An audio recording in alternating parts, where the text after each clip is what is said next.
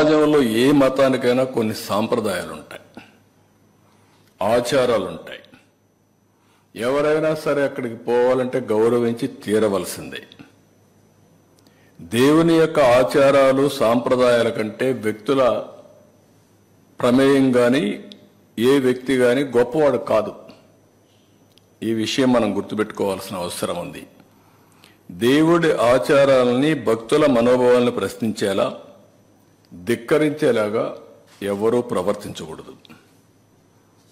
ఇప్పుడు కలియుగ వైకుంఠమైన తిరుమల వెంకటేశ్వర స్వామి హిందువులకి అతిపెద్ద పుణ్యక్షేత్రం. అది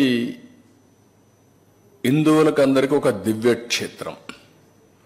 ప్రతి ఒక్కరికి ఒక కోరిక, జీవితంలో ఒక్కసారైనా వెంకటేశ్వర స్వామి దగ్గరికి వెళ్ళి దర్శనం చేసుకొని మొక్కులు తీర్చుకోవాలి అనేది ప్రతి ఒక్కరి యొక్క కోరిక. ఇవన్నీ కూడా అది మన రాష్ట్రంలో ఉండడం తెలుగువారి అదృష్టం.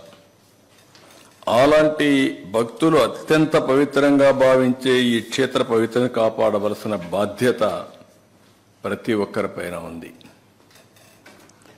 అలాంటిది ఉన్నప్పుడు అక్కడ పోయినప్పుడు నియమాల్ని, ఆగమ శాస్త్రాల్ని, ఆచారాల్ని, నిబంధనల్ని తప్పనిసరిగా పాటించాలి.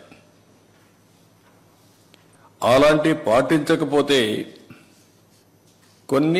కొందరి మనోభావాలు కూడా దెబ్బతినే పరిస్థితి వస్తుంది.